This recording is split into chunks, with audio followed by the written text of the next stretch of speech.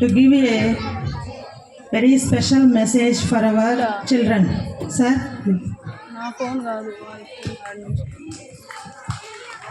ముందుగా విద్యార్థులందరికీ బాలల దినోత్సవ శుభాకాంక్షలు. ఈ కార్యక్రమాన్ని ఇంత ఘనంగా ఏర్పాటు చేసినటువంటి స్కూల్ స్టాఫ్ అందరికీ నా యొక్క అభినందనలు.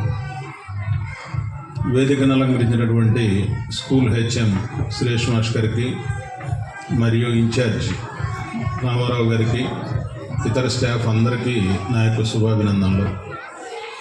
సరే, నవంబర్ 14 మనం ఎందుకు జరుపుకుంటున్నాం అనే దానికి హెచ్ఎం గారు చాలా క్లియర్గా మీకు అందరికీ చెప్పారు. దాని గురించి మరలా రిపీట్ చేయాల్సిన అవసరం లేదు.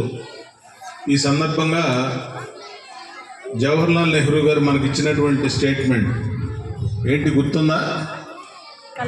నేటి బాలలే రేపటి పౌరులు అనే నినాదం పండిట్ జవహర్లాల్ నెహ్రూ గారు మనకి ఇచ్చినటువంటి నినాదం.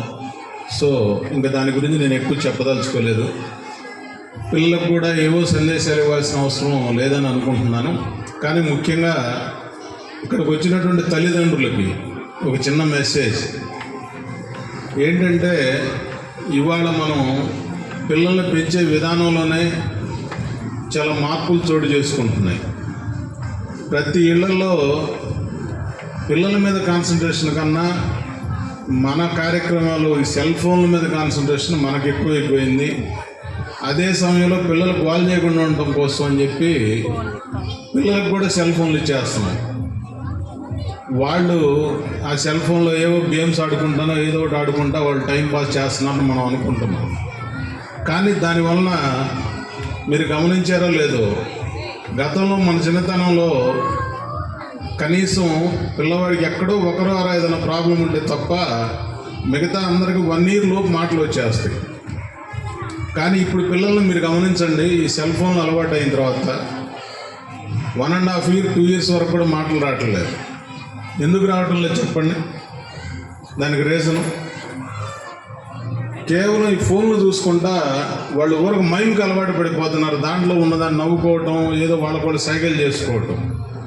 అందువల్ల వాళ్ళకు మాట్లాడాలనే ఆలోచన కూడా రావట్లేదు.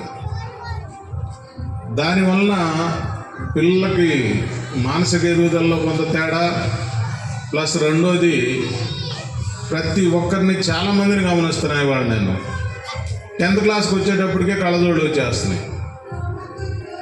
మనం ఈరోజు కూడా కళ్ళజోడు లేకుండా పేపర్ చదవగలుగుతున్నాం. కానీ ఇవాళ పిల్లలు 10వ తరగతికి వచ్చేటప్పటికే కళ్ళజోళ్ళు పెట్టేస్తున్నారు. ఎందుకంటే వాళ్ళేం బుక్స్ ఎక్కువ చదివి కాదు, కేవలం సెల్ ఫోన్స్. ఈ వయసులో మామూలు గేమ్స్ ఆడుతున్నారు.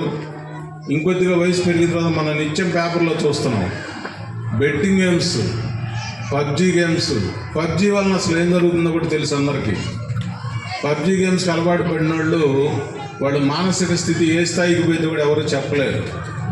ఇక బెట్టింగ్ యాప్స్, దానిలో ఒక చిన్న ఉదాహరణ, అంటే ఇక్కడ పబ్లిక్ స్టేజ్ మీద చెప్పకూడదు.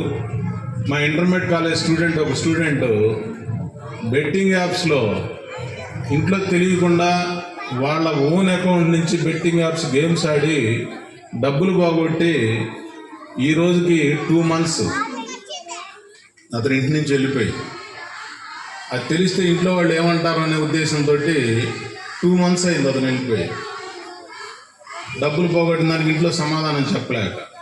అందువల్ల మనకు తెలియకుండానే ఫోన్ వల్ల పిల్లలు చెడిపోయే ప్రమాదం చాలా ఎక్కువ ఉంది. కాబట్టి దయచేసి తల్లిదండ్రులు ఇక్కడ వచ్చిన తల్లిదండ్రులకు కానీ మన స్టాఫ్కి కానీ ఎక్స్ప్లెయిన్ చేయాల్సింది, ఒక నాలెడ్జ్ వచ్చేంత వరకు, ఒక స్థాయి వచ్చేంత వరకు పిల్లలకి సెల్ ఫోన్లు చేతికి ఇవ్వపాకండి.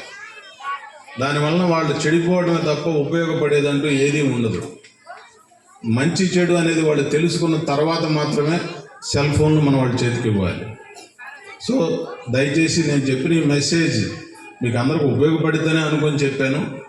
కాబట్టి ఈ కార్యక్రమాన్ని ఇంత గ్రాండ్గా నిర్వహించుకుంటున్న మీ అందరికీ మరోసారి నా యొక్క అభినందనలు తెలియజేస్తూ ఇంతటితో ముగిస్తున్నాను.